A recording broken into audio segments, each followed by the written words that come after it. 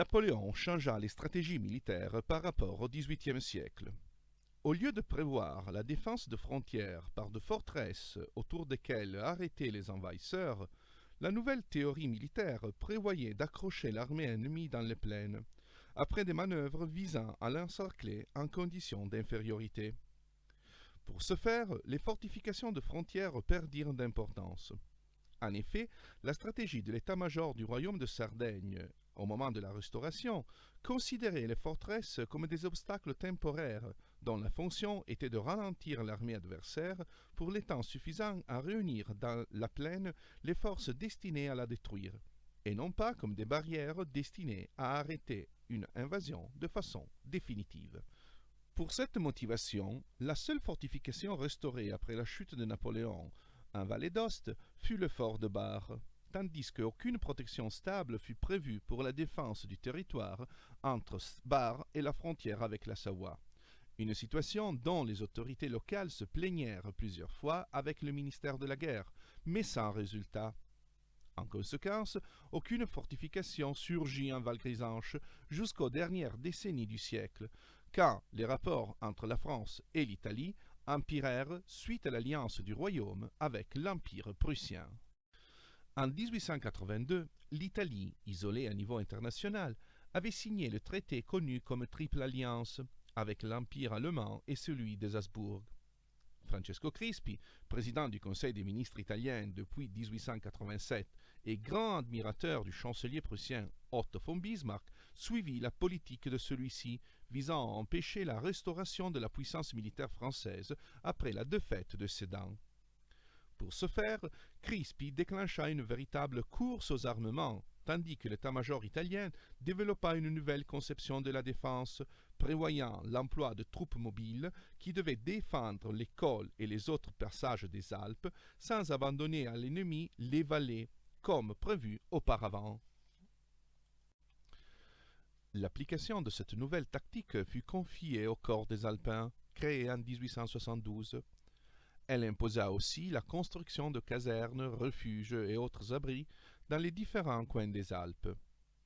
En Val-Grisanche furent ainsi bâtis le quartier au chef-lieu, véritable forteresse censée bloquer toute invasion procédant dans le sillon central de la Val-Grisanche, et plusieurs refuges sur les deux versants de la vallée, tels que le refuge Capitaine Mathieu, le refuge Capitaine Ricci, le refuge Lieutenant Cucco, le refuge Capitaine Crova et le refuge Lieutenant Florio entre le col du Mont et l'Alpe Vieille, et le refuge Testaforchi sur le versant droite de la Val-Grisanche. Comme indiqué par la carte, chacune de ces structures contrôlait un passage obligé. Le refuge Capitaine Mathieu surmontait le col du Mont sur la gauche et avait été érigé sur l'emplacement des fortifications du XVIIIe siècle. Le refuge Lieutenant Cucco, une belle construction avec étable, bloquait le sentier contournant la crête du Mont Pella. Le refuge Lieutenant Florio occupe encore aujourd'hui le centre de la Forcle du Bray, entre le lac de Saint-Gras et l'Alpe Vieille. Le refuge Capitaine Crova, au centre du vallon de l'Alpe Vieille, permet de surveiller tous les accès au dit vallon et, probablement, abriter le poste de commandement du dispositif de défense du versant gauche de la Val-Grisanche.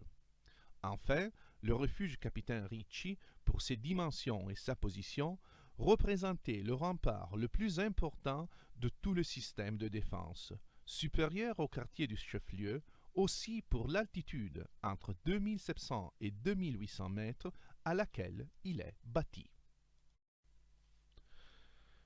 Le site est articulé sur 3 niveaux, chacun comprenant un bâtiment de grande dimension auquel s'y ajoutent des constructions de services. Encore aujourd'hui, on peut reconnaître un dortoir, une cuisine, un magasin et une construction avec des meurtrières, véritable forteresse de haute montagne contrôlant le col du Mont. L'ampleur de ces bâtiments correspond au grand nombre de soldats qui, à la fin du XIXe siècle, occupaient la Val-Grisanche entre mai et octobre, assurant la surveillance de la frontière.